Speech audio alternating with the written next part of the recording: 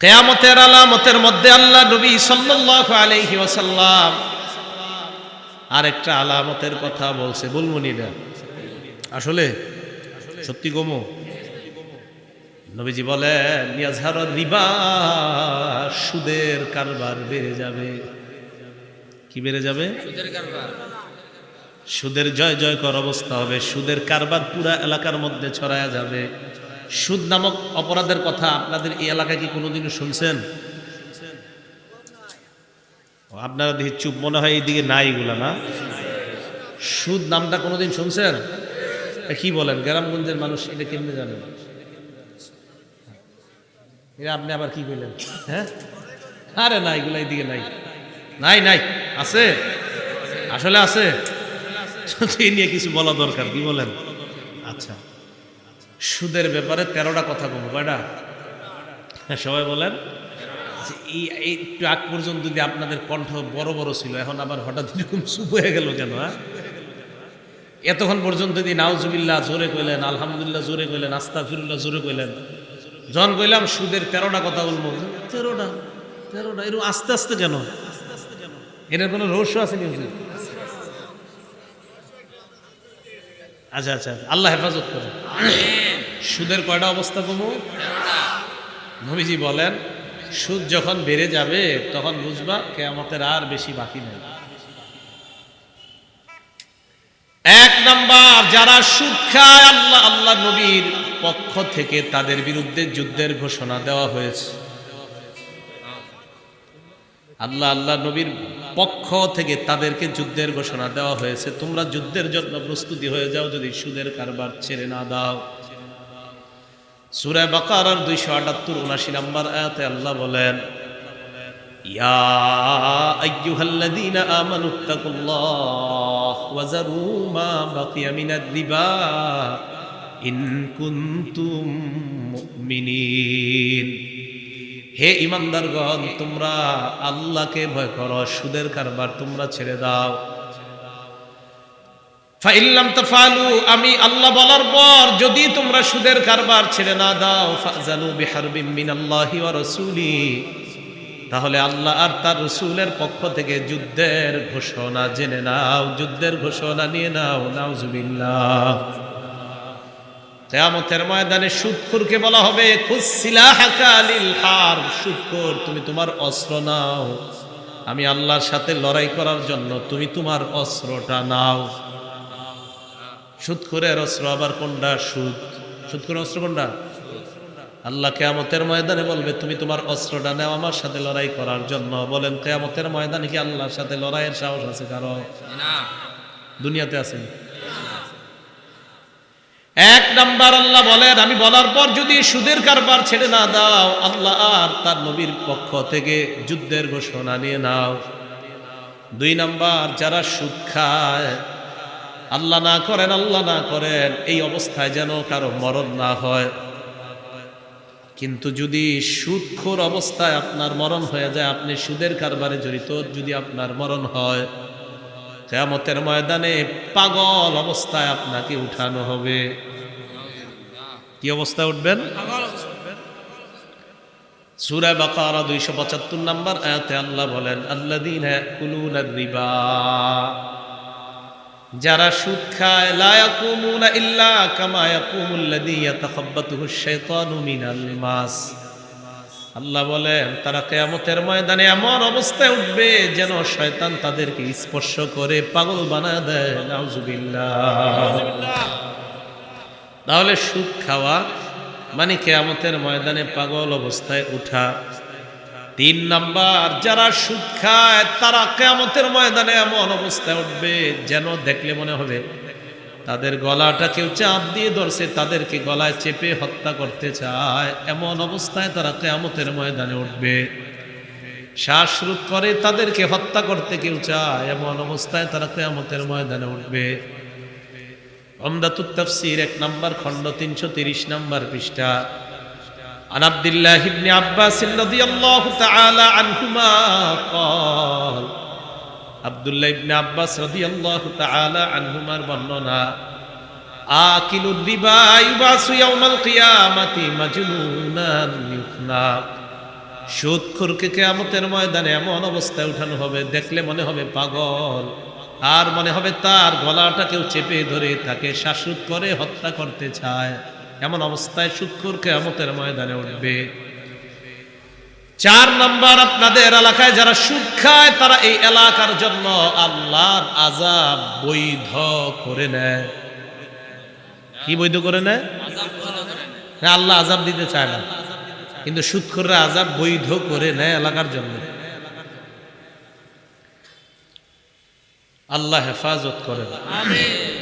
আত-তারগীব ওয়াত-তারহীব একটা কিতাব আছে, এই কিতাবের 3 নাম্বার খণ্ড 59 নাম্বার পৃষ্ঠা।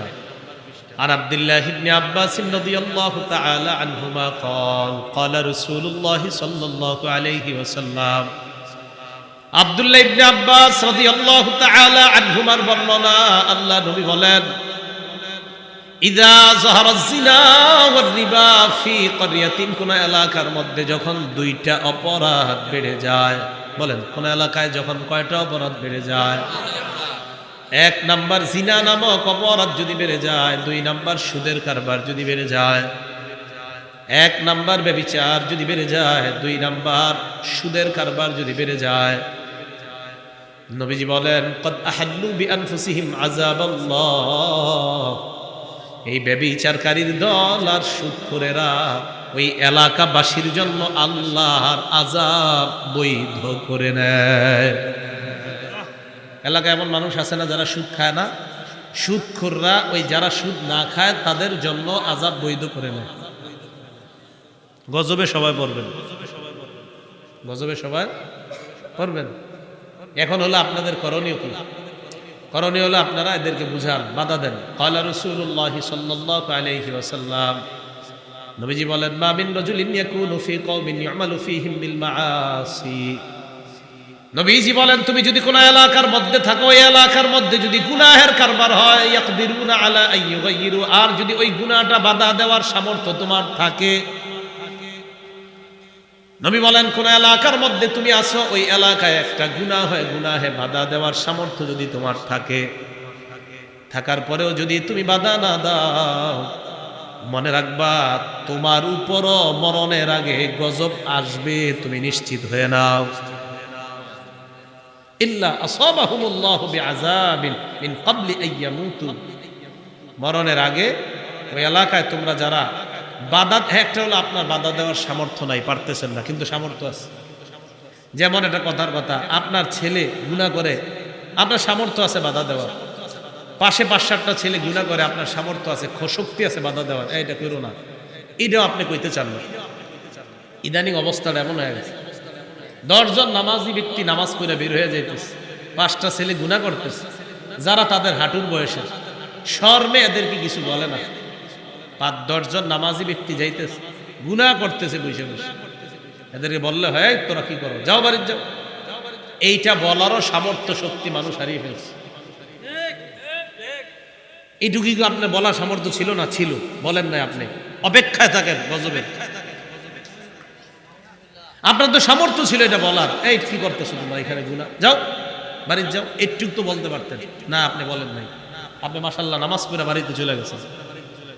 নবীজি বলেন, মরণের আগে এলাকাবাসী আযাবের অপেক্ষায় থাকে। আল্লাহ আমাদেরকে হেফাজত করেন।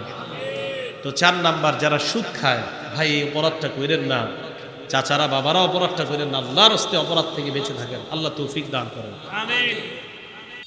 হে নবী, মানুষ আপনাকে জিজ্ঞাসা করে কিয়ামত কবে হবে, মানুষ আপনার কাছে জানতে চায় কিয়ামত কবে সংগঠিত হবে। কুল ইন্নামা ইলমুহা ইনদাল্লাহ, আপনি বলে দেন কিয়ামত কবে হবে, কিয়ামতের বিষয়টা আল্লাহর কাছে, এটা আল্লাহ জানে।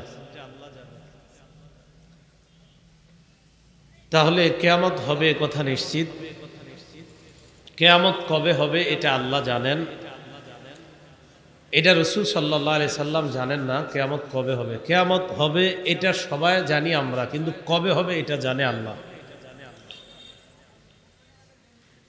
এই জন্য রাসূলুল্লাহ সাল্লাল্লাহু আলাইহি সাল্লাম বলেন, খামসুন লা ইয়ালামুহুন্না ইল্লাল্লাহ, পাঁচটি বিষয় আছে এমন যে পাঁচ বিষয় আল্লাহ ছাড়া কেউ জানে না। এক নাম্বার, ইন্নাল্লাহা ইনদাহু ইলমুস সাআহ, কিয়ামত কখন হবে এই জ্ঞান আল্লাহর কাছে আছে।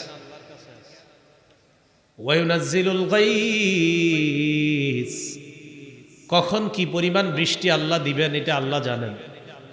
ওয়া ইয়ালামু মা ফিল আরহাম, মায়ের পেটে রেহেমের মধ্যে ছেলে না মেয়ে হবে এটা আল্লাহ জানেন। আলট্রাসোনোগ্রামের মধ্যে যেটা জানা যায় এটা হলো সন্তান পেটের মধ্যে একটা আকৃতি আসার পর তখন এটা কম্পিউটারে ধরে, কিন্তু সন্তানের আকৃতি আসার আগে এটা ছেলে হবে না মেয়ে হবে এটা জানেন আল্লাহ। ওয়ামা তাদরি নাফসুম মাযা তাকসিবু গাদা, আগামীকাল আমরা কি উপার্জন করব, আমাদের রিজিকে কি আছে এটা জানে আল্লাহ। ওয়ামা তাদরি নাফসুম বিআইয়ি আরদিন তামুত, কোন মানুষ জানে না সে কোথায় মৃত্যুবরণ করবে। আপনার বাংলাদেশে আপনি সৌদি আরব গিয়ে মারা যেতে পারেন, আপনি কোথায় মারা যাবেন কখন মারা যাবেন এটা আমরা কেউ জানি না, এটা জানেন আল্লাহ। তো পাঁচটা বিষয় আল্লাহ ছাড়া কেউ জানেন না। এর মধ্যে একটা হলো কিয়ামত কখন হবে এটা জানেন আল্লাহ। তো নবীজিকে বলতেছে মানুষ আপনাকে কিয়ামতের ব্যাপারে জানতে চাবে, আপনি বলে দিবেন এটার খবর এটার জ্ঞান আল্লাহর কাছে, এটা আল্লাহ জানেন কবে হবে। আল্লাহ পাক রব্বুল আলামিন বলেন ওয়া আন্নাস সাআতা আতিয়াতুল লা রাইবা ফিহা ওয়া আন্নাল্লাহা ইয়াবআসু মান ফিল কুবুর, কিয়ামত হবে এটা নিশ্চিত। লা রাইবা ফিহা, এতে কোনো সন্দেহ নাই। ওয়া আন্নাল্লাহা ইয়াবআসু মান ফিল কুবুর, কিয়ামত যেদিন হবে সেদিন কবরে যারা আছে সবাইকে আল্লাহ আবার উঠাবেন। তো কিয়ামত হবে নিশ্চিত, কখন হবে জানে আল্লাহ। জিবরিল আমিন রাসূল সাল্লাল্লাহু আলাইহি সাল্লামের কাছে আসলেন, অনেকগুলা প্রশ্ন করলেন।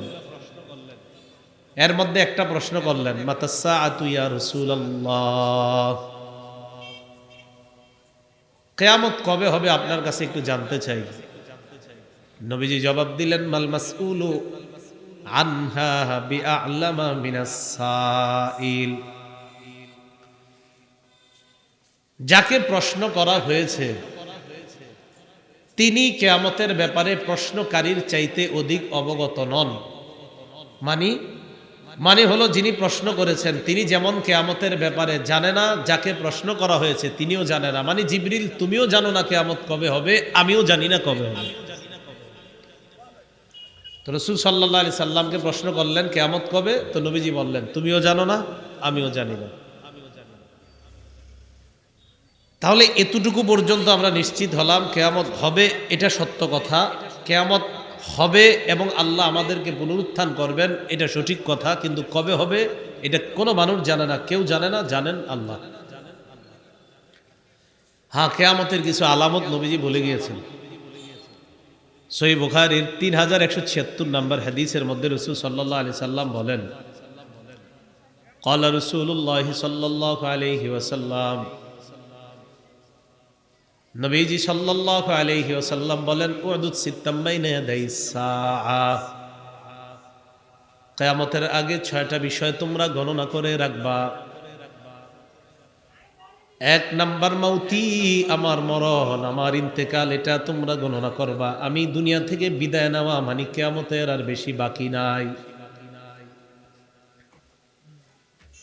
ওয়া ফাতহু বাইতুল মাকদিস, বাইতুল মুকাদ্দাস বিজয় হওয়া, যদি বাইতুল মুকাদ্দাস বিজয় হয়ে যায় বুঝবা কিয়ামত আর বেশি দিন বাকি নাই। বাইতুল মুকাদ্দাস বিজয় হয়ে গিয়েছে অলরেডি। সুম্মা মুতা ইয়াখুযু ফীকুম কাকুআসিল ওয়ানাম, বকরির পালের মতো তোমাদের মধ্যে একের পর এক মহামারী আসবে। যখন দেখবা একের পর এক মহামারী আসে বুঝবা কিয়ামতের আর বেশি সময় বাকি নাই। তাহলে এই যে করোনা আসে, ওমিক্রন আসে, দুর্ভিক্ষ আসার সম্ভাবনা বলতেছে, এগুলো আশা মানি? নবীজি সাল্লাল্লাহু আলাইহি সাল্লাম বলেন এগুলো আশা মানি, কিয়ামতের আর বেশি দিন বাকি নাই। মহামারী যখন দেখবা খুব বেশি পরিমাণে তোমাদের কাছে আসতেছে একের পর এক বকরির পালের মতো, মহামারীর মতো, তো বুঝবা যে তোমাদের আর বেশি সময় দুনিয়াতে বাকি নাই। সুম্মাস্তিফাদাতুল মাল, মানুষের সম্পদ বাড়তে থাকবে। হাত্তা ইউতার রাজুলু মিআতা দিনার, কোন মানুষকে 100 দিনার স্বর্ণ দেওয়ার পরেও ফায়াজাল্লু সাখিতান, তার মনটা অসন্তুষ্ট থাকবে, মেজাজটা খারাপ থাকবে, আমার আরো দরকার। 100 দিনার স্বর্ণের মালিক হওয়ার পরে ওই লোকটার সন্তুষ্টি অর্জন হবে না, বলবে আমার আরো চাই। সুম্মাস্তিফাদাতুল মাল, সম্পদ বেড়ে যাবে। 5 নাম্বার, সুম্মা ফিতনাতুন লা ইয়াবকা বাইতুম মিনাল আরব ইল্লা দাখালাতহু। নবীজি বলেন আরবের প্রত্যেকটা ঘরে ঘরে ফিতনা ঢুকে যাবে। যখন ঢুকে যাবে বুঝবা কিয়ামতের আর বেশি সময় বাকি নাই। আরবের অবস্থা কি এখন? হ্যাঁ, হজও চলে, উমরাও চলে, সবই চলে। 6 নাম্বার, সুম্মা হুদনাতুন তাকুনু বাইনাকুম ওয়া বাইনা বানিল আসফার, এরপর একটা চুক্তি হবে তোমাদের মাঝে আর রোমকদের মাঝে। রোম আর তোমাদের মাঝে একটা চুক্তি হবে। ফায়াকদিরুনা, তারা গাদ্দারি করবে, তারা চুক্তি ভঙ্গ করবে। ফায়াতুনাকুম তাহতা সামানিনা গায়া, তারা 80টা পতাকার নিচে তোমাদের সাথে লড়াই করার জন্য আসবে। 80টা পতাকা থাকবে তাদের।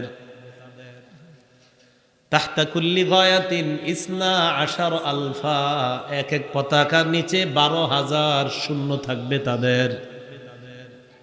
এক এক পতাকার নিচে 12,000 সৈন্য থাকবে। এই 80টা পতাকার নিচে তারা তোমাদের বিরুদ্ধে লড়াই করার জন্য আসবে। স্যার নিচে বসছেন কেন? উপরে আসেন। আসেন আসেন আসেন আসেন আসেন, খারাপ দেখা যাইতেছে। আমি দাখিল পরীক্ষা দিছি যখন, স্যারের কাছে অঙ্ক ইংরেজি আলাদা পড়েছিলাম। রাসূলুল্লাহ সাল্লাল্লাহু আলাইহি সাল্লাম বলেন যে কিয়ামতের আগে তোমরা 6টা জিনিস গণনা করে রাখবা। এই 6টা জিনিসের মধ্যে রাসূল সাল্লাল্লাহু আলাইহি সাল্লাম বললেন এইগুলা। তো এর মধ্যে আপনার মোটামুটি প্রথম যে 5টা, এই 5টা অলরেডি আমি আপনি চোখে দেখতেছি একের পর এক। নবীজি সাল্লাল্লাহু আলাইহি সাল্লাম অন্য হাদিসের মধ্যে বলেন বুইস্তু আনা ওয়াসসাআতু কাহাতাইন ওয়া যাম্মাস সাব্বাবাতা ওয়াল উসতা। শাহাদাত আঙ্গুলি আর মধ্যম আঙ্গুলি আল্লাহ রাসূল একসাথে মিলাইলেন, মিলানোর পর বললেন আমি আর কিয়ামত এইভাবে পাশাপাশি আসছি। মানে আমি দুনিয়াতে আসা মানে কিয়ামতের আর বেশি সময় বাকি নাই। ইনশিকাকুল কমার, ক্বালা রাসূলুল্লাহ সাল্লাল্লাহু আলাইহি ওয়াসাল্লাম। নবীজি সাল্লাল্লাহু আলাইহি ওয়াসাল্লামের জামানায় একটা ঘটনা ঘটার কথা কোরআনের মধ্যে আছে। আল্লাহ বলেন ইকতারাবাতিস সাআতু ওয়ানশাক্কাল কমার, কিয়ামত নিকটবর্তী হয়ে গিয়েছে, চন্দ্র দ্বিখণ্ডিত হয়েছে। ইনশাক্কাল কমারু আলা আহদি রাসূলিল্লাহ সাল্লাল্লাহু আলাইহি ওয়াসাল্লাম। আল্লাহ নবী এক জায়গায় দাঁড়িয়ে আছে, বেঈমানরা এসে কয় মুহাম্মদ আকাশের চাঁদটা যদি 2 খণ্ড করে দেখিয়ে দিতে পারো আমরা মুসলমান হব। ফাআরাহুমুল কমারা শিক্কাইন, আল্লাহ নবী এইভাবে আঙ্গুল দিয়ে ইশারা করলেন। আল্লাহ পাক রব্বুল আলামিন কাফেরদেরকে চাঁদ দ্বিখণ্ডিত করে দেখায় দেয়। তো চন্দ্র দ্বিখণ্ডিত হওয়া এটাও কিয়ামতের আলামত। এটা হয়ে গেছে, নবীজি দুনিয়াতে এসে গেছেন, চন্দ্র দ্বিখণ্ডিত হয়ে গেছে, নবীজি ইন্তেকাল করেছেন, মানুষের সম্পদ বাড়তেছে দিন দিন। তো রাসূল সাল্লাল্লাহু আলাইহি সাল্লাম কিয়ামত কবে হবে এটা বলেন নাই, বাকি কিয়ামতের আলামত বলেছেন, কারণ কিয়ামত হবে কবে এটা জানে আল্লাহ। বুখারী শরীফের 5090 নাম্বার হাদিসের মধ্যে আসছে ক্বালা রাসূলুল্লাহ সাল্লাল্লাহু আলাইহি ওয়াসাল্লাম, নবীজি বলেন লা ইয়াকুনান্না মিন উম্মতি আকওয়াম, আমার উম্মতের মধ্যে এমন একদল মানুষের আবির্ভাব ঘটবে ইয়াস্তাহিল্লুনা আল হিররা ওয়াল হারিরা, যারা জিনা করাকে হালাল মনে করবে।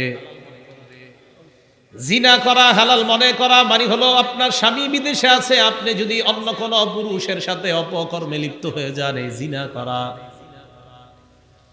স্বামী স্ত্রী একসাথে থাকি, স্ত্রী অন্যের সাথে পরকীয়ায় লিপ্ত, স্বামী অন্যের সাথে পরকীয়া, জিনা।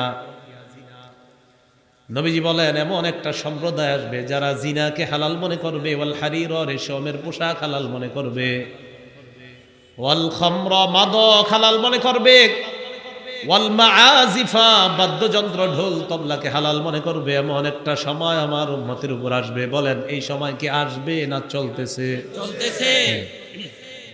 তাহলে কিয়ামতের এই আলামত এগুলা তাহলে আসবে, আর অপেক্ষা করে লাভ নাই, চলতেছে। বুখারী শরীফের ৮০ নম্বর হাদিস, ক্বালা রাসূলুল্লাহ সাল্লাল্লাহু আলাইহি ওয়াসাল্লাম, নবীজি বলেন ইন্না মিন আশরাতিস সাআ আইয়ুরফাআল ইলম, কিয়ামতের আলামতের মধ্যে এটা একটা আলামত, আইয়ুরফাআল ইলম, ইলম উঠিয়ে নেওয়া হবে, বিদ্যা উঠিয়ে নেওয়া হবে, ওয়ায়াসবুতাল জাহলু, মূর্খতা সমাজের মধ্যে ছড়িয়ে পড়বে, ওয়াজহারাজ জিনা, ব্যভিচার সয়লাভ করবে, ব্যভিচার প্রকাশ্যে রূপ ধারণ করবে, ব্যভিচারকে মানুষ ব্যভিচারী মনে করবে না, ওয়ায়ুশরাবাল খামরু, মদ পান করা মানুষ হালাল মনে করবে, মাদক পান করা হবে, মাদক জয় জয়কর অবস্থা হবে মাদকের। বুখারী শরীফের ৮১ নম্বর হাদিসের মধ্যে নবীজি সাল্লাল্লাহু আলাইহি ওয়াসাল্লাম এই কথাগুলার পাশাপাশি আর একটু বাড়িয়ে বলেন, ওয়া তাকসুরান নিসা, নারীদের সংখ্যা বাড়তে থাকবে, ওয়া ইয়াকিল্লার রিজাল, পুরুষদের সংখ্যা কমতে থাকবে। নারীদের সংখ্যা বাড়বে, পুরুষদের সংখ্যা কমবে। হাত্তা ইয়াকুনা লি 50 রাজুলান, নবীজি সাল্লাল্লাহু আলাইহি ওয়াসাল্লাম বলেন হাত্তা ইয়াকুনা লি 50 ইমরাআতান রাজুলুন কাইয়িম, গড়ে 50 জন নারী হবে, একজন পুরুষ হবে। নারী বাড়বে, পুরুষের সংখ্যা কমতে থাকবে। বুখারী শরীফের 85 নম্বর হাদিসে নবীজি এই কথাগুলো বলে আরেকটু বাড়িয়ে বলছেন, ওয়াজহারাজ জিনা ওয়াল ফিতান, নবীজি বলেন ব্যভিচার বাড়বে, ওয়াল খামর, মাদক বাড়বে, ওয়াল ফিতান, ফিতনা একের পর এক বাড়তে থাকবে। ফিতনা মানে কেমন ফিতনা বাড়বে? আজকে একটা বিপদে পড়ছেন, আপনি উদ্ধার হয়ে গেছেন, মনে করবেন যাক বাইচা গেলাম, কালকে আরেকটা বলবেন। আপনি মনে করবেন যাক বাইচা গেছি মনে হয়, এরপরের দিন আরেকটা। অথবা এই এলাকার ওলামা পরিষদ যারা আছে, এরা আজকে একটা বেদাতের মোকাবেলা করবে, এরা মোকাবেলা করার পর দেখবে এই বেদাত এলাকা থেকে দূর হয়ে গেছে, আবার কালকে আরেকটা আসবে, কালকে ওইটার মোকাবেলা করবে, পরের দিন আবার আরেকটা আসবে। এইভাবে ফিতনা একের পর এক আসতে থাকবে। একটা একদিক দিয়ে ওনারা খতম করবে, আরেক দিক দিয়ে আরেকটা আসবে। আবু দাউদ শরীফের 4259 নম্বর হাদিসের মধ্যে রাসূল সাল্লাল্লাহু আলাইহি সাল্লাম বলেন, ক্বালা রাসূলুল্লাহ সাল্লাল্লাহু আলাইহি ওয়াসাল্লাম, নবীজি বলেন ইন্না বাইনা ইয়াদাইস সাআতি ফিতানান কাকিতাইল লাইলিল মুজলিম, অন্ধকার রাতের টুকরার মতো, রাতের অন্ধকারের টুকরার মতো একের পর এক ফিতনা তোমাদের সামনে আসতে থাকবে। অন্ধকার রাত, একটু পরে মনে হবে আরো অন্ধকার, আরো অন্ধকার, আরো অন্ধকার, অন্ধকার রাতের টুকরার মতো একের পর এক ফিতনা তোমাদের সামনে আসতে থাকবে। ইউসবিহুর রাজুলু ফিহা মুমিনা, তোমরা দেখলে মনে করবে একটা মানুষ সকালবেলা মুমিন আছে, অথচ তোমরা জানো না ইউমসি কাফিরা, বিকালবেলা লোকটা বেঈমান হয়ে গেছে, এটা তোমরা জানবাও না। ওয়ায়ুমসি মুমিনা ওয়ায়ুসবিহু কাফিরা, একটা মানুষ দেখবা তোমরা বিকালবেলা ঈমানদার, সকালবেলা যে লোকটা বেঈমান হয়ে গেছে এটা তোমার জানাও থাকবে না। যেমন কিভাবে? আপনি আমি আমরা জানি ওই লোকটা 5 ওয়াক্ত নামাজি, তো এই লোকটা একটা হালাল ব্যাপারের ক্ষেত্রে খতিব সাহেবের বিরোধিতা করে রাখে, হুজুরে কই লইব নাকি, হুজুর বললেন এই বিষয়টা হালাল, কোরআনের দলিল দিলেন, হাদিসের দলিল দিয়ে বললেন এটা হালাল, কোরআনের দলিল দিয়ে হাদিসের দলিল দিয়ে বললেন এটা হারাম। এখন ওই হারামটা ওই নামাজি ব্যক্তি করে। এখন এই নামাজি ব্যক্তি জুমার নামাজের পর খতিব সাহেব বললেই হবে নাকি এটা যে হারাম, উনি মানতে চায় না। হারামকে যদি আপনি হারাম না মানেন, ঈমান চলে যাবে। আপনি হারামকে হারাম মান, হ্যাঁ একটা হলো হারাম যাই না গুনাহ করতেছেন, আপনি জানেন যে এটা হারাম, তারপরে গুনাহটা করে ফেলতেছেন, আল্লাহ হয়তো মাপ চাইবেন, মাপ করে দিবেন, কিন্তু আপনি হারামকে হারাম মানতেই চান না, টোটাল অস্বীকার করলেন আপনি যে না এটা হারাম মানি না আমি, তা আপনার ঈমান থাকলো না। তো রাসূল বলেন মানুষ জানবেও না, সকালে ইমানদার বিকালে বেঈমান, বিকালে ইমানদার সকালে বেঈমান। এই ফিতনা একের পর এক ফিতনার মধ্যে তোমরা পড়তেই থাকবা। নাসাই শরীফের 4191 নম্বর হাদিসের বর্ণনা। ক্বালা রাসূলুল্লাহ সাল্লাল্লাহু আলাইহি ওয়াসাল্লাম, নবীজি বলেন ইমানদারের কাছে একের পর এক ফিতনা আসতে থাকবে। আসার পর ইমানদার বলবে তাজিউল ফিতনা হাজিহি মুহলিকাতি। ফিতনা একটা আসার পর ইমানদার বলবে এই ফিতনা মনে হয় আমাকে ধ্বংস করে দিবে। নবীজি বলেন ফাতান কাশিফু, এই ফিতনা দূর হয়ে যাবে, যাওয়ার পর আরেকটা ফিতনা আসবে। ওই ফিতনা আসার পর তুমি মনে করবা এই ফিতনায় মনে হয় আমি শেষ হয়ে গেলাম। আল্লাহ নবী কয় না না, মনে রাখবা ফিতনায় তুমি শেষ হবে এমন না, হয়েও যেতে পারো শেষ। তবে ফিতনা একের পর এক আসবে। করোনা ফিতনার মধ্যে অনেক ইমানদার মারা গেছে, আর আমরা যারা বেঁচে আছি এর মানে আমরা এই ফিতনাটা দেখছি, টেনশনে পড়ে গেছি সবাই আমরা। আহারে কবে যার ঘর থেকে বেরোবো এই টেনশনে সবাই পড়ে গেছে। তো রাসূল সাল্লাল্লাহু আলাইহি সাল্লাম বলেন ওই ফিতনার সময় আমি আপনি কি করণীয়? নবীজি বলেন ফালতাতিমানিয়াতুহু ওয়া হুয়া ইউমিনু বিল্লাহি ওয়াল ইয়াউমিল আখির। ওই সময় তুমি কবরে এমন অবস্থায় আসবা যেন তুমি আল্লাহকেও মানো, আখিরাত বিশ্বাস করো, এমন অবস্থায় তুমি কবরে আসবা। ফিতনায় আমি আর আপনি পড়েই যাব, কিন্তু ফিতনার মধ্যে যেন ঈমান ঠিক রাখতে পারি, নবীজি আমাদেরকে বললেন। তাহলে বলেন তো নবীজি যেই ফিতনাগুলোর কথা এই যে আমি বললাম একটু আগে, জিনা, ব্যভিচার, মদ খাওয়া, এগুলাকে আসবে না চলে এসেছে? বুখারী শরীফের 85 নম্বর হাদিসের মধ্যে নবী বলেন ওয়াজহারুল হারজু, হারজ বেড়ে যাবে। বলেন হারজ, বলেন হারজ। সাহাবারা প্রশ্ন করলেন ইয়া রাসূলুল্লাহ ওয়ামাল হারজু, হারজ আবার কি জিনিস? হাদিসের শেষে আল্লাহ নবীর সাহাবী ব্যাখ্যা করে দেন আন্নাহু ইউরিদু কতলা, হত্যাকাণ্ড বেড়ে যাবে। কি বেড়ে যাবে? হত্যাকাণ্ড বেড়ে যাবে। হঠাৎ আপনি শুনবেন মানুষ মারা গেছে, মার্ডার হয়েছে, নদীতে 8 জন 10 জন 15 জন মারা গেছে, কে মারছে আপনি জানতেও পারবেন না। আল্লাহ নবী বলেন এইভাবে হত্যাকাণ্ডগুলো বেড়ে যাবে। এমন অবস্থা যখন হয় মনে করবা কিয়ামত আর বেশি সময় বাকি নাই, কিয়ামতের অপেক্ষা করবা। কিয়ামতের আলামতের মধ্যে আল্লাহ নবী সাল্লাল্লাহু আলাইহি ওয়াসাল্লাম আরেকটা আলামতের কথা বলছে, বলমুনি না আসলে সত্যি কমো। নবীজি বলেন ইয়াজহারুর রিবা, সুদের কারবার বেড়ে যাবে। কি বেড়ে যাবে? সুদের কারবার। সুদের জয় জয়কর অবস্থা হবে, সুদের কারবার পুরা এলাকার মধ্যে ছড়ায়া যাবে। সুদ নামক অপরাধের কথা আপনাদের এই এলাকায় কি কোনোদিনও শুনছেন? আপনারা দেখি চুপ, মনে হয় এইদিকে নাই এগুলা না।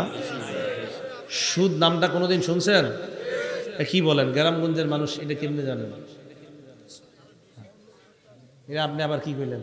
হ্যাঁ আরে না, এগুলা এইদিকে নাই, নাই নাই, আছে আসলে আছে, এই নিয়ে কিছু বলা দরকার। কি বলেন?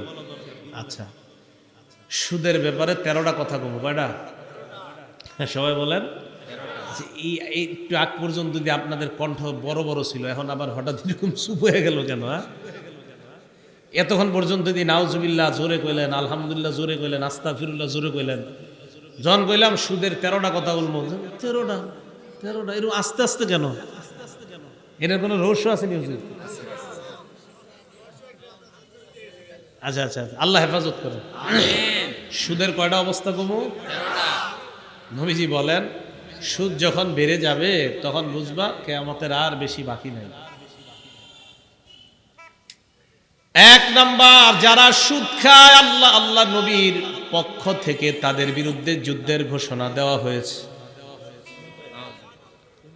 আল্লাহ নবীর পক্ষ থেকে তাদেরকে যুদ্ধের ঘোষণা দেওয়া হয়েছে। তোমরা যুদ্ধের জন্য প্রস্তুতি হয়ে যাও যদি সুদের কারবার ছেড়ে না দাও। সূরা বাকারার 278-79 নম্বর আয়াতে আল্লাহ বলেন ইয়া আইয়ুহাল্লাযীনা আমানুত্তাকুল্লাহ ওয়া যারু মা বাকিয়া মিনার রিবা ইন কুনতুম মুমিনিন। হে ঈমানদারগণ, তোমরা আল্লাহকে ভয় করো, সুদের কারবার তোমরা ছেড়ে দাও। ফাইল্লাম তাফালু, আমি আল্লাহ বলার পর যদি তোমরা সুদের কারবার ছেড়ে না দাও, ফাজানু বিহারবিম মিনাল্লাহি ওয়া রাসূলি, তাহলে আল্লাহ আর তার রাসূলের পক্ষ থেকে যুদ্ধের ঘোষণা জেনে নাও, যুদ্ধের ঘোষণা নিয়ে নাও। নাউজুবিল্লাহ। কিয়ামতের ময়দানে সুদখোরকে বলা হবে খুস সিলাহাকা লিল হারব, সুদখোর তুমি তোমার অস্ত্র নাও, আমি আল্লাহর সাথে লড়াই করার জন্য তুমি তোমার অস্ত্রটা নাও। সুদখোরের অস্ত্র আবার কোনটা? সুদ। সুদখোরের অস্ত্র কোনটা? আল্লাহ কিয়ামতের ময়দানে বলবে তুমি তোমার অস্ত্রটা নাও আমার সাথে লড়াই করার জন্য। বলেন কিয়ামতের ময়দানে কি আল্লাহর সাথে লড়াইয়ের সাহস আছে কারো? না, দুনিয়াতে আছে।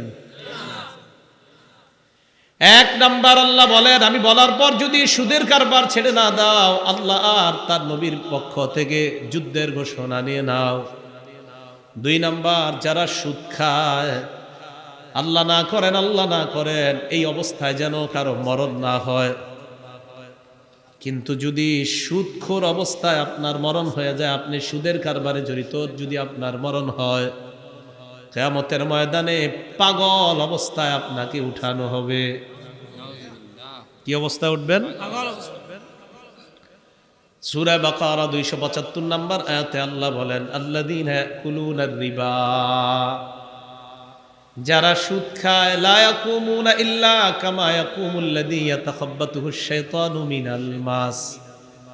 আল্লাহ বলেন তারা কিয়ামতের ময়দানে এমন অবস্থায় উঠবে যেন শয়তান তাদেরকে স্পর্শ করে পাগল বানায় দেয়। নাউজুবিল্লাহ। তাহলে সুদ খাওয়া মানে কিয়ামতের ময়দানে পাগল অবস্থায় উঠা। তিন নাম্বার, যারা সুদ খায় তারা কিয়ামতের ময়দানে এমন অবস্থায় উঠবে যেন দেখলে মনে হবে তাদের গলাটা কেউ চাপ দিয়ে ধরছে, তাদেরকে গলায় চেপে হত্যা করতে চায়। এমন অবস্থায় তারা কিয়ামতের ময়দানে উঠবে। শ্বাসরোধ করে তাদেরকে হত্যা করতে কেউ চায়, এমন অবস্থায় তারা কিয়ামতের ময়দানে উঠবে। উমদাতুত তাফসীর 1 নম্বর খণ্ড 330 নম্বর পৃষ্ঠা।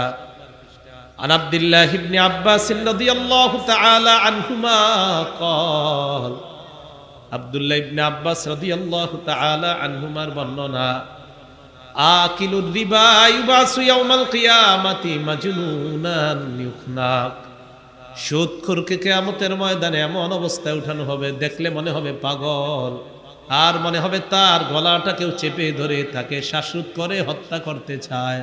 এমন অবস্থায় সুদখোর কিয়ামতের ময়দানে উঠবে। 4 নাম্বার, আপনাদের এলাকায় যারা সুদ খায় তারা এই এলাকার জন্য আল্লাহর আযাব বৈধ করে নেয়। কি বৈধ করে নেয়? আল্লাহ আযাব দিতে চায় না, কিন্তু সুদখোররা আযাব বৈধ করে নেয় এলাকার জন্য। আল্লাহ হেফাজত করেন।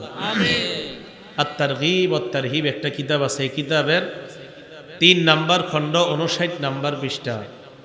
আর আব্দুল্লাহ ইবনে আব্বাস রাদিয়াল্লাহু তাআলা আনহুমা قال قال رسول الله صلى الله عليه وسلم, আব্দুল্লাহ ইবনে আব্বাস রাদিয়াল্লাহু তাআলা আনহুমার বর্ণনা, আল্লাহ নবী বলেন, ইযা যাহারাজ জিনা ওয়ার রিবা ফি ক্বরিয়াতিন, কোন এলাকার মধ্যে যখন 2টা অপরাধ বেড়ে যায়।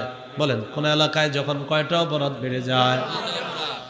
1 নাম্বার জিনা নামক অপরাধ যদি বেড়ে যায়, 2 নাম্বার সুদের কারবার যদি বেড়ে যায়, 1 নাম্বার ব্যভিচার যদি বেড়ে যায়, 2 নাম্বার সুদের কারবার যদি বেড়ে যায়, নবীজি বলেন কদ আহাল্লু বিআনফুসিহিম আযাবাল্লাহ, এই ব্যভিচারকারীর দল আর সুদখোরেরা ওই এলাকাবাসীর জন্য আল্লাহর আযাব বৈধ করে নেয়।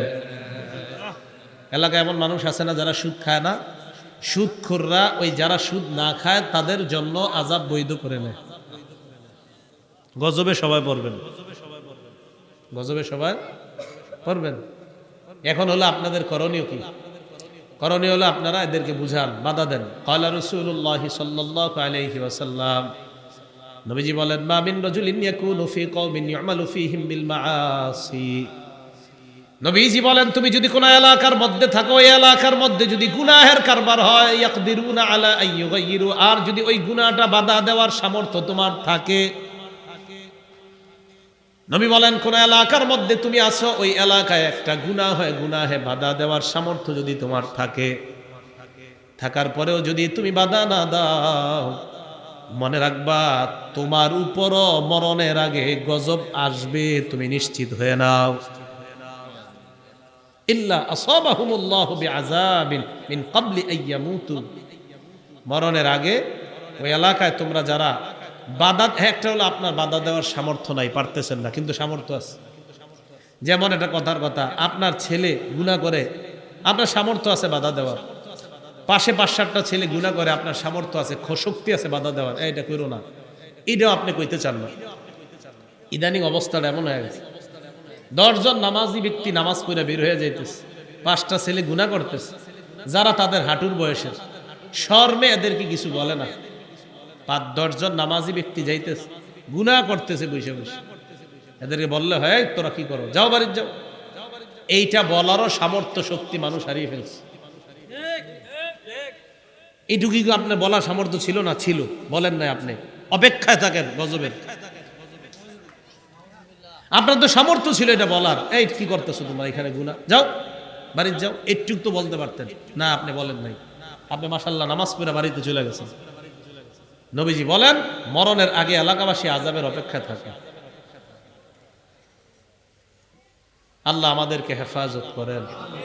তো 4 নাম্বার, যারা সুদ খায়, ভাই এই অপরাধটা কইরেন না, চাচারা বাবারা অপরাধটা কইরেন না, আল্লাহর রাস্তায় অপরাধ থেকে বেঁচে থাকেন, আল্লাহ তৌফিক দান করেন, আমিন। 5 নাম্বার, যারা সুদ খায় তাদের কারণে এলাকায় দুর্ভিক্ষ আসে। কি আসে? দুর্ভিক্ষ আসে। একটা কিতাব আছে হাদিসের নাম মুসনাদে আহমদ, এই কিতাবের 17,822 নাম্বার হাদিস। শতকার মধ্যে যদি সুদের কারবার বেড়ে যায়, তাদেরকে দুর্ভিক্ষের পরীক্ষার মধ্যে ফেলানো হয়। ওয়ামা মিন কওমিন ইয়াযহারু ফীহিমুর রিশা, কোন এলাকার মধ্যে যদি ঘুষের কারবার বেড়ে যায়, ইল্লা উখিযু বিররুবি, ওই এলাকার পুরুষগুলা কাপুরুষ হয়ে যায়। পুরুষগুলা ওই যে এই জন্যই তো বাধা দিতে পারেন না। এমনি আপনি ভালো, সবাই ভালো, 5 ওয়াক্ত নামাজ পড়তেছেন, কিন্তু কেমন জানি শক্তি পাচ্ছেন না। ঘুষের কারবার বেড়ে যাবে, তখন অটোমেটিক আপনি একজন শক্তিশালী পুরুষ কাপুরুষ হয়ে যাবেন। দাবি হবে যে হুজুর আমগো এলাকায় 100 থেকে 100 ভাগ মুসলমান, এটা আমি আপনি দাবি করব। তো এরপরেও কেমন জানি কেউ অপরাধ করলে বলতে পার, সাহস পাইতাছি না, এটা কইরো না। কেন? নবীজি বলেন, যখন ঘুষের কারবার বেড়ে যাবে, পুরুষগুলা কাপুরুষ হয়ে যাবে। এখন নবীজি বলছে যখন বাড়বে, আপনারা বলেন এটা কি ভবিষ্যতে বাড়বে? চলছে তো, তা আমাদের সতর্ক হয়ে যাওয়া উচিত। তাহলে সুদের কারবার ভবিষ্যতের অপেক্ষা দরকার নাই না, এটা চলতেছে। তো 5 নাম্বার, সুদের কারবার যদি বাড়ে, এলাকায় দুর্ভিক্ষ আসবে, আর কি বুঝবা যে কিয়ামত বেশি সময় বাকি নেই। 6 নাম্বার, যারা সুদ খায় তারা পেটের মধ্যে সাপ ঢুকায়। সাপ কি ঢুকায়? সাপ ঢুকায়। এলাকার সর্বস্তরের মুসলমান ভাই যারা আছেন,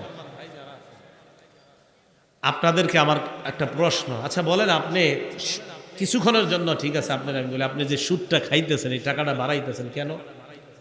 আপনার ছেলেটা যেন ভালো থাকে, মেয়েটা যেন ভালো থাকে, পরিবার যেন ভালো থাকে, এই তো এই কারণেই তো মানুষ সুদের কারবারে জড়িত হয়। এখন আপনাদেরকে আমার একটা প্রশ্ন, আপনি যদি আজকে মারা যান, কালকে আপনার এই মুহূর্তে 1 দিন হবে, 2-3 দিন, 4 দিন, 5 দিন, 7 দিন, 40 দিন, 1-1.5 মাস পরে, 7 দিন পরে আপনার বিবি, আপনার পরিবারের যারা আছে, এরা আস্তে আস্তে আপনারা ভুলে যাবে। আগে তো মানুষ মোটামুটি মনে রাখতো, এখন তো আর অত মনে রাখার সুযোগ নেই, আপনার সময় না। আপনি মারা গেছেন, কালকে আপনার ছেলে মোবাইলে গুনাহ করবে, এটা নিশ্চিত থাকেন। এত সময় নেই আপনার নিয়ে ভাবার, এটা মাথায় আপনি এরকম ভাইবেন না যে আমার নিয়ে ভাববে অনেকদিন, এত সুযোগ দিবে না, এত সুযোগ আর এখন নাই। আগে মারা গেলে তো মাশাআল্লাহ এলাকাবাসী তাকে মনে রাখতো, আহারে কত দোয়া করতো এলাকাবাসী, তার জন্য খুব দোয়া করতো। এখন তো মারা আজকে গেছে, কালকে বুঝবে না ওই বাড়ি দেখলে যে গতকালকে কেউ মারা গেছে এখানে। একদম। তো বলছিলাম ভাই, আপনি সুদ কার জন্য খাইতেছেন? আপনার বাস তলায় নিয়ে শোয়া দিয়ে আসছে, 3-4 দিন পরে আপনার বিবি, আপনার ছেলে মেয়েগুলা ভুলে যাবে। 1 বছর পর তো আপনি যে এলাকার কেউ ছিলেন, এই অস্তিত্বই থাকবে না। তো আপনি কার জন্য এটা বাড়াইতেছেন? এটা আপনার উপলব্ধি দিতেছি আমি। আপনি এটা কার জন্য করতেছেন? যেই ছেলের জন্য আপনি সুদি টাকা বাড়াইলেন, যেই মেয়ের জন্য সুদের টাকা বাড়াইলেন, যেই বিবির জন্য সুদের টাকা বাড়াইলেন, তারা ঠিকই আরাম আয়েশ করতেছে, আনন্দ উল্লাস, আপনি কবরও কষ্ট পাচ্ছেন। 6 নাম্বার, যারা সুদ খায় পেটে সাপ ঢুকায়। ইবনে মাজাহ হাদিসের কিতাব, হাদিস নাম্বার 2273 নাম্বার হাদিসের বর্ণনা। এই হাদিসের মধ্যে আসছে عن أبي هريرة رضي الله تعالى عنه قال قال رسول الله صلى الله عليه وسلم আবু হুরায়রা রাদিয়াল্লাহু তাআলা আনহুর বর্ণনা, আল্লাহ নবী বলেন, আতাইতু লাইলাতান উসরিয়া বি আলা কওমিন, আমি মেরাজের রাতে যখন গমন করলাম, মেরাজের রাতে যাওয়ার সময় এমন একদল মানুষের পাশ দিয়ে গেলাম, তাদের দিকে তাকায় দেখলাম বুতুনুহুম কাল বুয়ুত, তাদের পেটগুলা বিশাল বড় বাড়ির মতো। পেট কিসের মতো? বাড়ির মতো। ফিহা আল হাইয়াত তুরা মিন খারিজি বুতুনিহিম, দেখেন এই দেখেন, তাদের পেটের বাহির থেকে তাকায় দেখি পেটের ভিতরে বিশাল বড় বড় সাপ দৌড়ায়। বাহির থেকে স্পষ্ট দেখা যাচ্ছে সাপ। নবীজি বলেন, আমি জিবরিল আমিনকে প্রশ্ন করলাম, মান হাউলা, ইয়ারা কারা? জিবরিল আমিন জবাব দেয়, হাউলাই আকালাতুর রিবা ইয়া রাসূলুল্লাহ, এরা হলো সুদখোরের দল, নাউজুবিল্লাহ। পেটে সাপ। 7 নাম্বার, যারা সুদ খায়, আল্লাহ, তারা আপন মায়ের সাথে জিনা করে। ইবনে মাজাহ হাদিস নাম্বার 2274 নাম্বার হাদিসের বর্ণনা। নবীজি বলেন, রিবা সাবউনা হুবা, সুদের গুনাহের শাখা হলো 70টা। আইসারুহা আইয়ান কিহার রাজুল উম্মা, সবচাইতে নিম্ন শাখা আপন মাকে বিয়ে করা। নাউজুবিল্লাহ। এটা সবচাইতে নিম্ন শাখা। তাহলে সবচাইতে বড় শাখা কোনটা আল্লাহ ভালো জানে। এটা যদি সবচাইতে নিম্ন হয়, মায়ের সাথে ব্যভিচার করা, আপন মাকে বিয়ে করা যদি সবচাইতে নিম্ন গুনাহ হয়, তাহলে আল্লাহ জানে বাকি 69টা কেমন গুনাহ। বলেন, এটা কি ভয়াবহ অপরাধ না? এই যে সবচেয়ে নিম্নটা, তো বড়গুলা কি আল্লাহ জানে। তো এই জন্য আমি আপনাদেরকে বলছিলাম, এই অপরাধটা কইরেন না। দেখেন খতিব সাহেবরা মিম্বরে যে আপনাদেরকে বুঝায়, আচ্ছা উনি আপনার এটা বুঝাইয়া আপনি বলেন, উনি যে আপনারে বুঝাইছে এটাতে ওনার লাভ না, তো এটা আপনার লাভ। খতিব সাহেব যে আপনারে বুঝায়, এটা আপনার লাভ। আপনারা খতিব সাহেব যারা এই আলোচনা করে তাদেরকে শত্রু মনে করেন না, মনে করবেন বন্ধু, কারণ উনি আপনাকে জাহান্নাম থেকে বাঁচাইতে চান। কোন খতিব সাহেব যখন গুনাহের কথা মিম্বরে বৈশা বলে যে এটা গুনাহ, এটা হারাম, এতে বুঝবেন যে এই খতিব সাহেব আমাদের বন্ধু, কারণ আমরা এই হারাম কাজগুলা করলে আমরা জাহান্নামে যাব। উনি চাইতেছে আমরা যেন এগুলা না করি, আমরা যেন জান্নাতি হই। তো উনি শত্রু হলো না বন্ধু হইল? তো এইগুলো 7 নাম্বার। 8 নাম্বার, যারা সুদ খায় তারা দুনিয়াও বরবাদ করে, আখিরাতও বরবাদ। সহিহ বুখারীর বর্ণনা 2766 নাম্বার হাদিসের বর্ণনা। ক্বালা রাসূলুল্লাহ সাল্লাল্লাহু আলাইহি ওয়াসাল্লাম, নবীজি বলেন, ইজতানিবুস সাবআল মুবিকাত, 7টা অপরাধ থেকে বাঁচবা, যেই 7টা অপরাধ তোমাদেরকে ধ্বংস করে দেয়। কয়টা অপরাধ? এই 7টার মধ্যে একটা সুদ, বাকি 6টা করে দিবনি। মানে এনে উদ্দেশ্য হলো সুদেরটা বলা, তো 7টাই বলে দিই। হ্যাঁ, 1 নাম্বার আশিরকু বিল্লাহ, আল্লাহর সাথে শিরিক করা। কার সাথে শিরিক করা? 2 নাম্বার ওয়াসসিহরু, জাদু করা, কাউকে আপনি কুফরি কালাম করা, জাদু করে একটা মেয়ের জীবন নষ্ট করে দেওয়া। দেশ গ্রামে মেয়ের বিয়ে করতে না পারলে এর বিয়ে বন্ধ করে দেয়, জাদু করে, কুফরি করে। এই যে কুফরি আপনি করলেন, দুনিয়া বরবাদ করলেন, আখিরাত বরবাদ করলেন। অনেক মানুষ তো কুফরি, এমন কুফরি করে ওই ঘরের মা বাবা ভাই বোন সবগুলারে বিপদের মধ্যে ফেলায় রাখে। আমাদের বাংলাদেশে এমন আলেম আছে, আহারে ওই আলেম হক কথা বলার কারণে এই বেচারারেও শত্রুতা করে, তার পুরা জীবনের এমন ভয়ঙ্কর পরিস্থিতি করছে মানুষ। কিছু মানুষ আলেম, আমাদের দেশে আলেম, দেখলে চোখের পানি রাখতে পারবেন না। কুফরি করে, সেহের করে, জাদু করে কি অবস্থা করছে। এই কাজগুলো করেন না, যারা করে তাদের কাছেও যায় না। এই কাজ নিজেরাও করবেন না। এখন এগুলা কেন করে জানেন? শয়তান আপনার মাথায় এসে খোঁচাবে, এই তোরে তোর ভাই সম্পত্তি ওইটা দিল না, মানে আপনার না, কিন্তু এটা আপনি জোর দখল করতে চান। এখন আপনি চিন্তা করেন যে আপোষে তো পাইতেছি না, দেখি ওরে জাদু আর কুফরির মাধ্যমে পাই কিনা। এটা করতে যায় না ভুলেও। মানুষ এই কারণে তো এগুলো করে, সম্পত্তি পাওয়ার আশায়, একটা মেয়ের বিয়ে করার নেশায়, ওই পরিবারের কিছু সম্পদ উপার্জনের আশায়, এই কারণে মানুষ জাদু করে। ভাই এগুলা করেন না, আখেরাত বরবাদ করেন না। এগুলো 2। 3 নাম্বার, ওয়া কতলুন নাফসিল্লাতি হারামাল্লাহু ইল্লা বিল হক, অন্যায়ভাবে কাউকে হত্যা করা। 4 নাম্বার, আকলুর রিবা, সুদ খাওয়া। 5 নাম্বার, আকলু মালিল ইয়াতীম, এতিমের সম্পদ অন্যায়ভাবে ভক্ষণ করা। 6 নাম্বার, তাওয়াল্লি ইয়াউমাজ জাহফি, জিহাদের ময়দান থেকে পলায়ন করা। 7 নাম্বার, ওয়া কযফুল মুহসানাতিল মুমিনাতিল গাফিলাত, সতী সাদী চরিত্রবান কোন মেয়ের উপর মিথ্যা অপবাদ দেওয়া। এটা সতী মেয়ের উপর মিথ্যা অপবাদ দেওয়া। কিও শুনলাম আব্দুর রহমানের মেয়ের নাকি বিয়ে ঠিক হয়েছে, কয় হ্যাঁ। এখন আপনার টেনশন হইল তার মেয়ের এত ভালো জায়গায় কেন বিয়ে হবে, এই জন্য আপনি বর পক্ষের কানে গিয়ে লাগাইয়া দিলেন। এর মতো খারাপ মেয়ে এলাকায় আর নাই। আসলে মেয়েটা ভালো, আসলে মেয়েটা ভালো। কারণ আপনার কথা হলো ওর মেয়ের এত ভালো জায়গায় বিয়ে হবে কেন, এ আপনি একটা অপবাদ লাগাই দিয়েছেন। নবীজি বলেন এটা তোমার দুনিয়া বরবাদ হবে, আখেরাত বরবাদ। এই 7টার মধ্যে সুদের কথা আসেনি তো? সুদও আপনার দুনিয়া বরবাদ করবে, আখেরাত বরবাদ। তাহলে 8 নাম্বার গেল সিরিয়াল, ওই যে 8 ক্ষতি সুদের, যে এই সিরিয়ালে 8 নাম্বার সিরিয়ালে কি হলো, আপনার দুনিয়াও বরবাদ করবে সুদ, আখেরাত বরবাদ। দুনিয়া কিভাবে? যেই ছেলে সুদের টাকা খাচ্ছে, যেই মেয়েকে সুদের টাকা খাওয়াচ্ছেন, তার শরীরটাও জাহান্নামী হচ্ছে। এর মানে দুনিয়ায় যাদের জন্য সুদ খাইতেছেন এরাও বরবাদ হচ্ছে, আপনার আখেরাতও আপনি বরবাদ করতেছেন।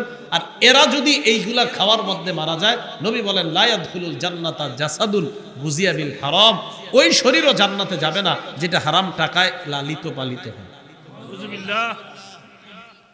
9 নাম্বার, এই যে আজকে আপনারে কবর দিয়ে আসলাম, মনে করেন আমরা কবরে রেখে আসলাম, আবারও আগের দোয়াটা করি, সুদী অবস্থায় আল্লাহ যেন কারো মরণ না দেয়। এই অপরাধ থেকে যেন খুব দ্রুত কেউ যদি থেকে থাকেন, তাদেরকে যেন আল্লাহ খুব দ্রুত এই অপরাধ থেকে ফিরিয়ে আনেন। আমিন। তো যদি ওই অবস্থায় কারো মরণ হয়, আমরা তারে কবর দিয়ে আসলাম, সে একটা নদীর মধ্যে সাঁতার কাটা শুরু করবে। ওই নদীর মধ্যে পানি না, শুধু রক্ত আর রক্ত, কিয়ামত পর্যন্ত সাঁতার কাটবে, কিয়ামতের আগে নদীর কিনারায় যেতে পারবে না। সহিহ বুখারী 2085 নম্বর হাদিসের বর্ণনা। عن سمرة بن جندب رضي الله تعالى عنه قال قال رسول الله صلى الله عليه وسلم, সামুরা ইবনে জুনদুব রাদিয়াল্লাহু তাআলা আনহুর বর্ণনা, আল্লাহ নবী বলেন রাআইতুল লাইলাতা রাজুলাইনি আতায়ান, রাতের বেলা 2 ব্যক্তিকে আমি দেখলাম আমার কাছে আসছে। আসার পর ফাখরাজানি ইলা আরদিন মুকদ্দাসা, আমাকে নিতে নিতে একটা পবিত্র জমিনের দিকে নিয়ে যায়। ফান্তালাকনা হাত্তা আতাইনা আলা নাহরিম মিন দাম, যাইতে যাইতে একটা নদীর কাছে গেলাম, নদীর মধ্যে তাকায় দেখলাম নদীর মধ্যে রক্ত। নদীতে কি? নবীজি এটা মনে করেন সমুদ্র, নদী। নবীজি বলেন ফিহি রাজুলুন কাইম, আমি দেখলাম নদীর মাঝখানে এক ব্যক্তি দাঁড়িয়ে আছে। ওয়া আলা ওয়াসতিন নাহরি রাজুলুন বাইনা ইয়াদাইহি হিজারা, নদীর কিনারে একজন, তার আশেপাশে পাথর আর পাথর। ফাকবালার রাজুলুল্লাযী ফিন নাহরি, নদীর মাঝখানের লোকটা কিনারার দিকে রওনা করে। ফারামার রাজুলুল্লাযী বিহাজারিন ফি ফিহি, কিনারার লোকটা একটা পাথর নিয়ে সাঁতারকারী লোকের মুখ বরাবর মারে। নবীজি সাল্লাল্লাহু আলাইহি ওয়াসাল্লাম বলেন পাথর খেয়ে রদ্দাহু হাইসু কানা, ওই ব্যক্তি আবার আগের জায়গায় চলে যায়। আমি ভালো করে তাকাইলাম, তাকায় দেখলাম কুল্লামা যা আলিয়া খুরুজা, লোকটা যখনই বের হতে চায় তখনই পাথর খেয়ে আবার আগের জায়গায় চলে যায়। জিবরিল আমিন আমাকে বলে আল্লাযী রাআইতাহু ফিন নাহরি আকিলুর রিবা, হুজুর যারে আপনি নদীর মধ্যে দেখলেন এই লোকটা হলো সুদখোর। নাউজুবিল্লাহ, সুদখোর। আল্লাহ হেফাজত করেন। পুরা সমাজকে আল্লাহ সুদ থেকে হেফাজত করেন। 10 নাম্বার, যে ব্যক্তি সুদ খায়, যে সুদ দেয়, যে সুদের কারবার লেখে, যে সুদের সাক্ষী দেয়, এই 4 শ্রেণীকে আল্লাহ রসুল অভিশাপ দেয়। যে সুদ খায়, যে সুদ দেয়, যে সুদের কারবার লেখে, যে সুদের সাক্ষী দেয়, 4 জনকে রসুল অভিশাপ দেয়। এলাকায় কিছু সহজ সরল মানুষ আছে, এদেরকে কি করে অনেকে, এই আগামীকাল সকালে তোর নাস্তার দাওয়াত, কোথায়? মতলব বাজারে, কথা আচ্ছা নায়ারগাঁও বাজারে তোর সকাল নাস্তার দাওয়াত। এই সহজ সরল লোকটা কি করছে, সকালবেলা সুইটার ডাকা দিয়া আস্তে আস্তে গেছে 4-5 জন। হোটেলে যাওয়ার পর দেখে মাশাল্লাহ একটা ডিম, 3টা পরোটা আর ভাজি প্রস্তুত। এই বেচারা 5-7 জনকে খাওয়াইছে, খাওয়ানোর পর কয় তোমার একটা সাক্ষীর জন্য আছে। তো এরাও তো মাশাল্লাহ খাইছে তোমার নাস্তা, কি সাক্ষী? ওরে আমি 5 লাখ টাকা ঋণ দিব 1 বছরের লেগে, 1 বছর পর 5.5 লাখ আমারে ফেরত দিবে। ঋণ দিবে কত? 5 লাখ। ফেরত দিবে কত? 5.5 লাখ। সাক্ষী তোরা তো সহজ সরল মানুষ তো বুঝে না। ও আচ্ছা ঠিক আছে দেন, আমরা সাক্ষী। এই যে আপনারা সাক্ষীটা দিয়ে দিলেন, সুদ খাইছেন, আর সাক্ষীদাতারা খাইছে, দিছে। 24 ঘন্টা নবীর অভিশাপ তাদের উপরে। আপনি খাইলেনও না, ধরলেনও না, সাক্ষী কেন দিবেন? এক তো যারা খাইতেছে অন্তত কিছুক্ষণ পাইছে, তো কিছু তো পাইছে যে খায়, কিন্তু আপনি তো কিছুই পান নাই, খালি ওই পরোটা, একটা ডিম আর একটু ভাজি, সাক্ষী দিয়ে দিলেন। অনেক সহজ সরল মানুষ বুঝে না, তো এর দিকে নিয়ে সাক্ষী বানায় দেয়। নাসাই শরীফের 5103 নম্বর হাদিসের বর্ণনা। আর আলী ইবনে আবি তালিব রাদিয়াল্লাহু তাআলা আনহু قال أن رسول الله صلى الله عليه وسلم لعن آكل الربا وموكلا وكاتبا وشاهدا। আলী বলেন আল্লাহর রাসূল সুদখোরকে অভিশাপ দেয়, সুদদাতাকে অভিশাপ দেয়, সুদের লেখককে অভিশাপ দেয়, সুদের সাক্ষ্যদাতা যে তাকেও নবী অভিশাপ দেয়। নাউজুবিল্লাহ। 11 নাম্বার, সামান্য পরিমাণ সুদ খাওয়া 36 বার ব্যভিচারের চাইতে বড় গুনাহ করা। মুসনাদে আহমদ কিতাবের নাম, হাদিস নাম্বার 22007 নাম্বার হাদিসের বর্ণনা। দিরহামু রিবান ইয়াকুলুহু রাজুল ওয়া হুয়া ইয়ালামু আশাদ্দু মিন 36 জিনা। 1 দিরহাম পরিমাণ সুদ খাওয়া, সামান্য পরিমাণ সুদ খাওয়া 36 বার ব্যভিচারের চাইতে বড় অপরাধ করা। জেনে শুনে সামান্য পরিমাণ সুদ খাওয়া মানে 36 বার ব্যভিচারের চাইতে বড় অপরাধ করা। 12 নাম্বার, আবারও দোয়া করি সুদী অবস্থায় যেন কারো মরণ না হয়। যদি সুদ খাওয়া অবস্থায় মরণ হয়, আল্লাহর জান্নাত থেকে লোকটা বঞ্চিত হয়ে যাবে।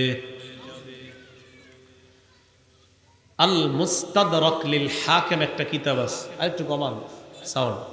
এই কিতাবের 2260 নাম্বার হাদিসের বর্ণনা। নবীজি বলেন আরবাউন হাক্কুন আলাল্লাহ, 4 ব্যক্তি এমন যে 4 ব্যক্তির ব্যাপারে আল্লাহর হক, আল্লাহ ইউদখিলাহুমুল জান্নাহ, তাদেরকে জান্নাত না দেওয়াটাই আল্লাহর হক। কয়জন রে? কি কয় দেখেন, কয় 4 জনকে জান্নাত না দেওয়াটাই আল্লাহর হক। আল্লাহর হক যে আমি এই 4 জনকে জান্নাত দিব না। 1 নাম্বার, মুদমিনুল খামরি, মদ পান করা অবস্থায় যার মরণ হয়, নিয়মিত মদ পান করে, এই জাতীয় লোক যদি মদ পান করতে করতে মারা যায়, নবীজি বলেন তার জন্য আল্লাহর হক হলো তাকে জান্নাত না দেওয়া। 2 নাম্বার, আকিলুর রিবা, সুদখোর, সুদ খাওয়া অবস্থায় যদি মারা যায়। 3 নাম্বার, আকিলু মালিল ইয়াতীম, এতিমের সম্পদ ভক্ষণ করা অবস্থায় যদি কেউ মারা যায়। বাবা মারা গেছে, ভাতিজা ভাতিজিদের সম্পদগুলা কিভাবে মারতে পারবে, চাচার এই ধান্দা সারাক্ষণ। কলমের খোঁচায় চাচা চায় ভাতিজা ভাতিজিদের সম্পত্তিগুলা হরণ করতে। এই জাতীয় চাচা মনে হয় আপনাদের সমাজে নাই, তবে বাংলাদেশে আছে। এদিকে আছে, থাকলে তো হইলি। আমি কিন্তু আপনাদের এলাকার কাউরে বলি নেই, যদি থাইকা থাকে তো এটা খারাপ। বেচারা মারা গেছে, 2টা ছোট ছোট বাচ্চা, তো এরা তো বুঝে না কিচ্ছু। এ চাচাই খালি টেনশনে থাকে কেমনে এগোটা নেওয়া যায়, কিভাবে এদেরটা নেওয়া যায়, সারাক্ষণ এই টেনশনে থাকে। তো বলছিলাম অন্যের এতিমের সম্পদ ভক্ষণ করা অবস্থায় যদি কেউ মারা যায় তার জন্য জান্নাত হারাম, তাকে আল্লাহ জান্নাত দিবে না। 4 নাম্বার পিতামাতার নাফরমান সন্তান যদি মা বাবার নাফরমানি করা অবস্থায় মারা যায় তাকেও জান্নাত না দেওয়া আল্লাহর হক। এই গেল 12টা অবস্থা। 13 নাম্বার অবস্থাটা মন দিয়ে শুনেন। শোনার পর সবাই চিন্তার মধ্যে পড়ে যাবেন, আমিও চিন্তায় পড়বো, আমাদের ইমাম সাহেব খতিব যারা তারাও চিন্তায় পড়বে, আপনারা তো চিন্তায় পড়বেন, যারা সুদ খান না তারাও চিন্তায় পড়ে যাবেন। 13 নাম্বারটা শুনেন। আবু দাউদ শরীফের 3331 নাম্বার হাদিসের বর্ণনা।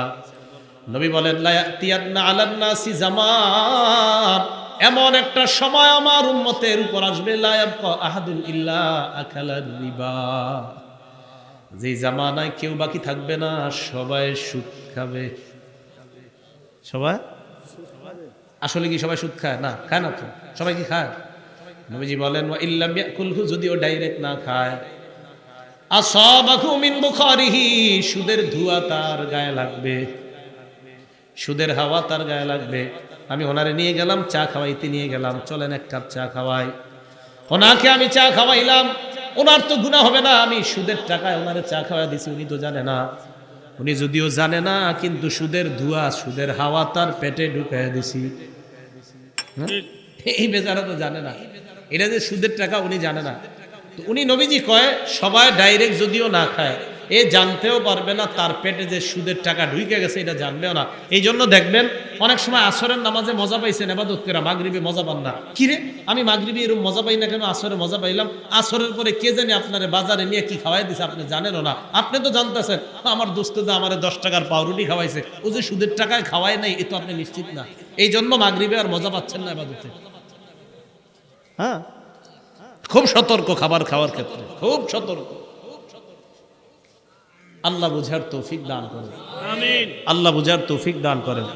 তো বলছিলাম 13 নাম্বার, যে এমন একটা সময় আসবে সবাই সুদ খাবে, ডাইরেক্ট না খেলেও সুদের হাওয়া তার গায়ে লেগে যাবে। ভাইও এই অপরাধটা কইরেন না। তো নবী বলছে এই অপরাধটা বাড়লে কিয়ামত আর বেশি দিন বাকি নাই। কেন আপনারা বলেন এটা কি আরো বাড়বে ভবিষ্যতে? এই অপেক্ষায় থাকবো না, বেড়ে গেছে অলরেডি, বেড়ে গেছে। তাহলে এই অপরাধটা করা যাবে না, আল্লাহ হেফাজত করেন, আমিন। এর মধ্যে একটা অপরাধ হলো জিনা করা, ব্যভিচার করা। আরেকটা অপরাধ, এটা একটু মন দিয়ে শোনেন। জিনার কথা বললে আমরা অনেকে মনে করি হুজুর জিনাকে আমরা কি করি নাকি? সবাই হয়তো কেউ অপরাধটা করে, সবাই তো করে না। সবাই করেন না? একটু দেখেন করেন কিনা। সহিহ বুখারীর 6612 নাম্বার হাদিসের বর্ণনা। ক্বালা রাসূলুল্লাহ সাল্লাল্লাহু আলাইহি ওয়াসাল্লাম, নবীজি বলেন ইন্নাল্লাহা কাতাবা আলা ইবনি আদম হাজ্জাহু মিনাজ জিনা আদরাকা যালিকা লা মাহালা। আল্লাহ পাক রব্বুল আলামিন আদম সন্তানকে জিনার পরীক্ষা দ্বারা পরীক্ষা করবে, এই পরীক্ষায় সবাই পড়তে হবে, কোনো সন্দেহ নাই। এটা আবার কেমন কথা? নবীজি কয় আদম সন্তানকে জিনার পরীক্ষা দিয়ে আল্লাহ পরীক্ষা করবে। ফাজিনাল আইনি আন্নাস, চোখের জিনা হলো দেখা, চোখের জিনা হলো দেখা। ওয়াজিনাল লিসান আল মান্তিক, মুখের জিনা হলো কথা বলা। মনে রাখবেন সরাসরি যাকে দেখা হারাম, মোবাইলেও তাকে দেখা হারাম। ঠিক দিয়ে আপনি কইলেন, বাকিরা দিয়ে কইল না। বলেন সরাসরি যাকে দেখা হারাম, মোবাইলেও তাকে দেখা হারাম। সরাসরি যাকে দেখা হারাম, নাটকে তাকে দেখা হারাম। সরাসরি যাকে দেখা হারাম, সিনেমায়ও তাকে দেখা হারাম। নবীজি বলছেন চোখের জিনা দেখা। নজর পড়ে যাওয়ার পর সাথে সাথে নজরের হেফাজত করা। তো এই জন্য আলী রাদিয়াল্লাহু তাআলা আনহুকে নবী বলেন ইয়া আলী ইউলা তুতিইন নাজরাতান নাজরা, আলী একবার নজর পড়ে যাওয়ার পর দ্বিতীয়বার আর নজর দিবা না। ফাইন্না লাকাল উলা, প্রথমবার ক্ষমা, ওয়ালাইসাত লাকাল আখিরা, দ্বিতীয়বার সাজা। প্রথমবার ক্ষমা, দ্বিতীয়বার সাজা। এর মানে প্রথমবার নজর পড়ে যাওয়ার পর দ্বিতীয়বার যদি আবার ইচ্ছাকৃতভাবে নজর দাও, দ্বিতীয়বারের নজরটা হয়ে যাবে তোমার জিনা। কি বুঝছেননি? আমি বাংলা যেটা বলি এটাই বলবেন। বলেন নজর পড়ে যাওয়া না নজর দেওয়া? প্রথমবার নবীজি বলছে আলী নজর পড়ে যাওয়ার পর দ্বিতীয়বার নজর দেওয়া। তাহলে প্রথমটা নজর পড়ে যাওয়া, বলেন প্রথমটা নজর পড়ে যাওয়া, দ্বিতীয়টা হলো নজর দেওয়া। এখন অনেকে কি করে কয় হুজুর যদি প্রথমবার আধা ঘন্টা তাকায় থাকি, হ্যাঁ নবী যদি তাকাইতে বলে নাই, বলছে নজর পড়লে। এই পড়া আর তাকানো কি এক না? আসলে আপনার নজর পড়া আর একটা আপনি তাকানো, দুইটা এক না। নজর পড়ে যাওয়া মানে হঠাৎ পড়ে গেছে তাড়াতাড়ি সরায় নাও, এটা নিষেধ। তো এই জন্য এই চোখের জিনা, এখন সত্যি করে বলেন তো যুবক ভাইয়ারা, চোখের জিনাটা কি হয়ে যায় না? এই জন্য নবীজি বলছেন এই জিনা বেড়ে যাবে। এখন সত্যি করে বলেন, বিভিন্ন প্রযুক্তির কারণে চোখের জিনার সম্ভাবনাটা কি বাড়ছে না কমছে? ওয়াজিনাল লিসান আল মানতিক, মুখের জিনা হলো কথা বলা। মুখের জিনা কি বলা?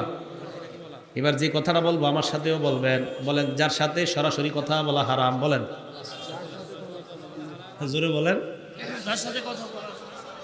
তার সাথে মোবাইলেও কথা বলা হারাম। অপ্রয়োজনীয় কারো সাথে সরাসরি কথা বলা যেমন হারাম, অপ্রয়োজনীয় কারো সাথে রাত 12টার পরে ফজরের নামাজে জাগায়া দেওয়ার জন্য কথা বলাও হারাম। কোন নামাজে? মানে ইদানিং পাবলিক কয় আর কি, হুজুর যদি ফজরের নামাজে জাগানোর জন্য আমরা দুইজন রাতে 1-2 ঘন্টা কথা কই, সমস্যা আছে? কি সুন্দর কথা, হ্যাঁ হ্যাঁ প্রশ্ন করে অনেকে, মানে মনে করে এটা একটা পবিত্র পবিত্র ভাব, এটা নেক সুরতে ধোকা। তো ফাজিনাল লিসান আল মানতিক, মুখের জিনা কথা বলা। ভাইরা এগুলা কইরেন না। এগুলা কিন্তু আপনার শুধু জীবন ধ্বংস করছে এমন না, সাথে সাথে একটা বাংলা আজকে থেকে মনে রেখেন, এগুলো আপনার যৌবন ধ্বংস করছে। আপনার যৌবনটাও হেফাজতের জন্য এই গুনাহগুলো কইরেন না। জীবনটা ঠিক আছে, জীবন তো আল্লাহ নিয়ে গেলে শেষ, কিন্তু যৌবনটা তো যতদিন জীবন আছে ততদিন আপনার যৌবন আল্লাহ, আপনি যদি চান যে না আমার যৌবন হেফাজত হোক, এটা নষ্ট না হোক, এটা যদি আপনি চান, এই গুনাহগুলো থেকে আপনি বাঁচেন, এই গুনাহ থেকে আপনি বাঁচতে হবে। এরপর নবী বলেন ওয়াজিনাল ইয়াদাল বাদ, হাতের জিনা হলো স্পর্শ করা। হাতের জিনা হলো স্পর্শ করা। অপ্রয়োজনীয়ভাবে আজাইরা মোবাইলের মধ্যে কাউরে আপনি একের পর এক মেসেজ লিখতেছেন, এটা আঙ্গুলের জিনা। হ্যাঁ হুদাই লিখতেছেন, মানে উল্টা পাল্টা যা লেখার লিখতেছেন, এই জিনা করতেছেন। তো নবীজি সাল্লাল্লাহু আলাইহি সাল্লাম যে বলছে বাড়বে, তখন বলেন তো আপনারা এই যে জিনার যে রূপগুলা নবী বলতেছেন, এগুলা কি ভবিষ্যতে বাড়বে না বেড়ে গেছে? তো আমি আবার যেই কথাটা আগেতে বলতেছি আপনাদেরকে, যে কোনো এলাকায় যদি কোনো গুনাহ দেখেন বেড়ে যায়, আপনাদের এলাকাবাসীর দায়িত্ব হলো ওই গুনাহকে প্রতিহত করা। একটু কি মুখ দিয়ে বলার সামর্থ্য নাই, ঠিক আছে আপনি মাইরেন না, কারণ নবীজি বলছে প্রথম শর্ত হলো হাত দিয়ে বাধা দেওয়া, না পারলে মুখ দিয়ে। তো মুখ দিয়েও তো অন্তত বলতে পারেন, এটাও মানুষ কয় না। তাল গাছের নিচে আগে দেখা যেত আপনার আসরের পরে মাঠে 11 দুগুণে 22 জন খেলে, এখন আসরের পরে আর মাঠে পাইবেন নাই 22 জনকে, এখন দেখবেন তাল গাছের এটার নিচে 22 জন, ওইটার নিচে 22 জন।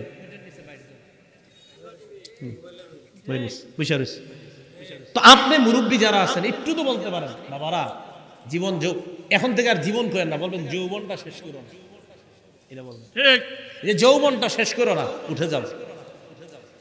তুমি তোমার জীবনের মূল্যটা বোঝার চেষ্টা করো, যে তুমি যদি তোমার জীবনের দামি সম্পদ যৌবন হেফাজত না করো, অন্য কেউ করবে না। বাবা এটা শেষ করো না, এদেরকে এইভাবে বুঝান। তো সামাজিক এই অপরাধগুলা সুদ সহ ইনশাল্লাহ আজকে থেকে মুখ দিয়া হলেও ইনশাল্লাহ আমরা অন্যকে বুঝাবো। কারা কারা রাজি আছি? ইনশাল্লাহ রাজি আছি তো ইনশাল্লাহ। আল্লাহ তৌফিক দান করেন। কিয়ামতের আলামতের ব্যাপারে যে কথাগুলা বলা হলো, এই আলামতগুলা ঘটে গিয়েছে, এজন্য আমার আপনার দ্বারা যেন এই গুনাহগুলা না ঘটে আমরা সচেষ্ট থাকবো, সচেতন থাকবো।